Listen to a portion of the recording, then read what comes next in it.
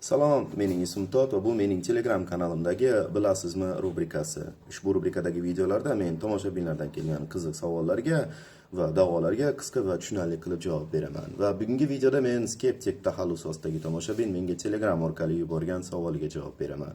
Va uning savoli quyidagicha. Tot, agar davlat ko'p pul chiqarib odamlarga tarqatib tashlasa, pul qadrsizlanar ekan.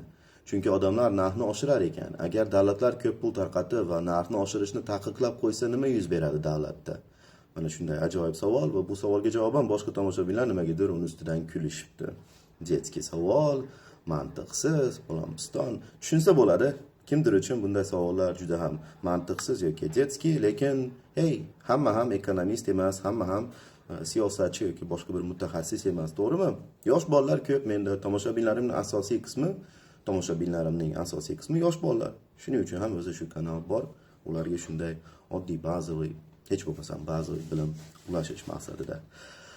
Endi savolga keladigan bo'lsak, bu haqda o'zi alohida ensiklopediya kanalimda video bor. Agar davlat katta miqdorda pul chopib aholiga tarqatsa nima bo'ladi degan tanishib chiqing, silkada qoldiraman.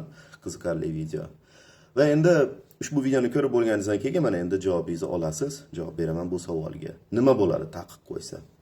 Avvalambor, taqiq qo'ygani bilan bu taqiq butun bozorga, butun marketga ishlaydi degani emas. Sababi marketning oshib ketsa 40% tovarlari davlatga tegishli. Aytmoqchiman, mana bozorga chiqsangiz, butun bozor emas, xullas katta marketga qaraganingizda faqatgina 40%ni siz narx osishiga taqiq qo'ya olasiz. Chunki shu 40%i O'zbekistonda ishlab chiqarilgan va o'zbeklarga tegishli bo'ladi. O'zbekistonni olyapman misol qilib. Qolgan 60% esa chet davlatlarniki bo'ladi tovarlar. Ular tupurgan sizni taqiqingizga. Chunki ular narx qo'yishi ularga bog'liq va sizning davlatingizdagi ekonomikaga bog'liq. Oddiy aytaylik, mana shu krushka. Aytaylik, mana men hozir O'zbekistondaman va mana shu krushka Yevropadan kelyapti. Misol sifatida. Va endi bu krushkaning narxi $5. Bu $5 narx qayerdan qo'yilgan? Ushbu Yevropadagilar O'zbekiston ekonomikasini analiz qilib qo'ygan narxi.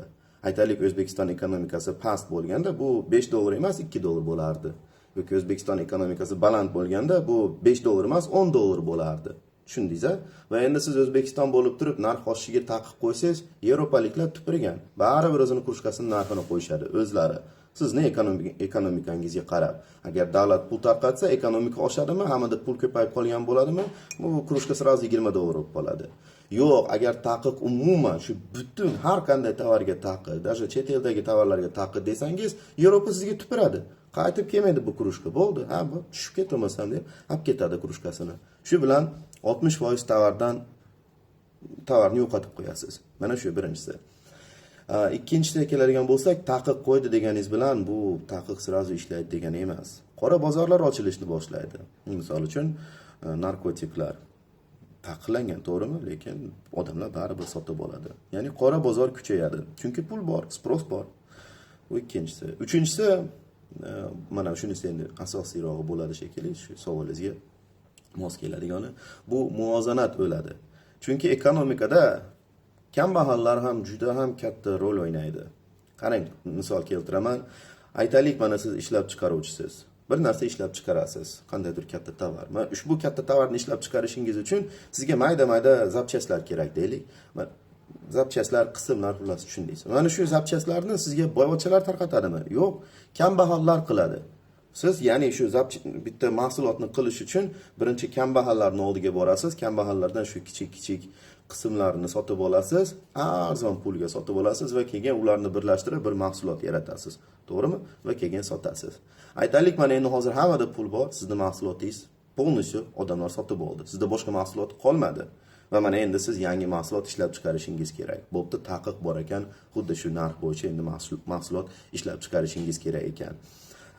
Narx oshirishga taqiq qo'yilgandan keyin bu degani shu mayda zapchastlarga ham narxni oshira olmaysizmi, to'g'rimi?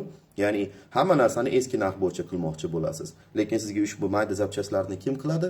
Kambag'al odamlar va ularga juda ulardan arzon narxga sotib olasiz, to'g'rimi? Va mana endi hamma tovarlaringizni sotib bo'lganingizdan keyin ushbu kambag'allarning oldiga boshqatdan endi zapchast olgani borganingizda va xuddi shu bir xil pulni bermoqchi bo'lganingizda ular yo'q deydi. Chunki ular boshqa kambag'al emas. Ularda pul bor. Avval ular kambag'alligi tufayli ular shu arzon narxga sizga zapchastlar bergan edi, o'zlari qiynalib yurib qilib. Endi pul bor va siz endi shu eski narxni bermoqchi bo'lsangiz, "Tura" deydi. Kambag'al emasman deydi. Oldingi 1 so'mlik zapchastim hozir 100 so'm deydi. Narx taqiqlangan-ku oshirish desa, "Bo'pti, bo'lmasa men qilmayman bu ishni." Olma deydi. Shu bilan mana siz ham endi o'zingizni mahsulotingizni yarata olmaysiz, chunki kambag'allar zapchast sotishga zapchast sotishdan bosh tortdi. Xuddi shuni singari boshqa kambag'al odamlar, ko'cha tozalovchilar deylik. Mana endi ular hammasida pul bo'lgandan keyin ular ko'chaga chiqib 1 so'm pulga ko'cha tozalaydimi? Yo'q, qilmaydi. Shu, xullas muvozanat o'ladi. Kambag'allar boshqa ish qilmaydi. Ko'p puli borlar shu oldingi narxlarga boshqa ish qilmaydi, chunki ular уже bu pulga muhtoj emas. Shu, muhtojlik o'lgandan keyin ekonomika pishadi. Mana shu savolingizga javob. Savolingizga javob oldi degan umiddaman.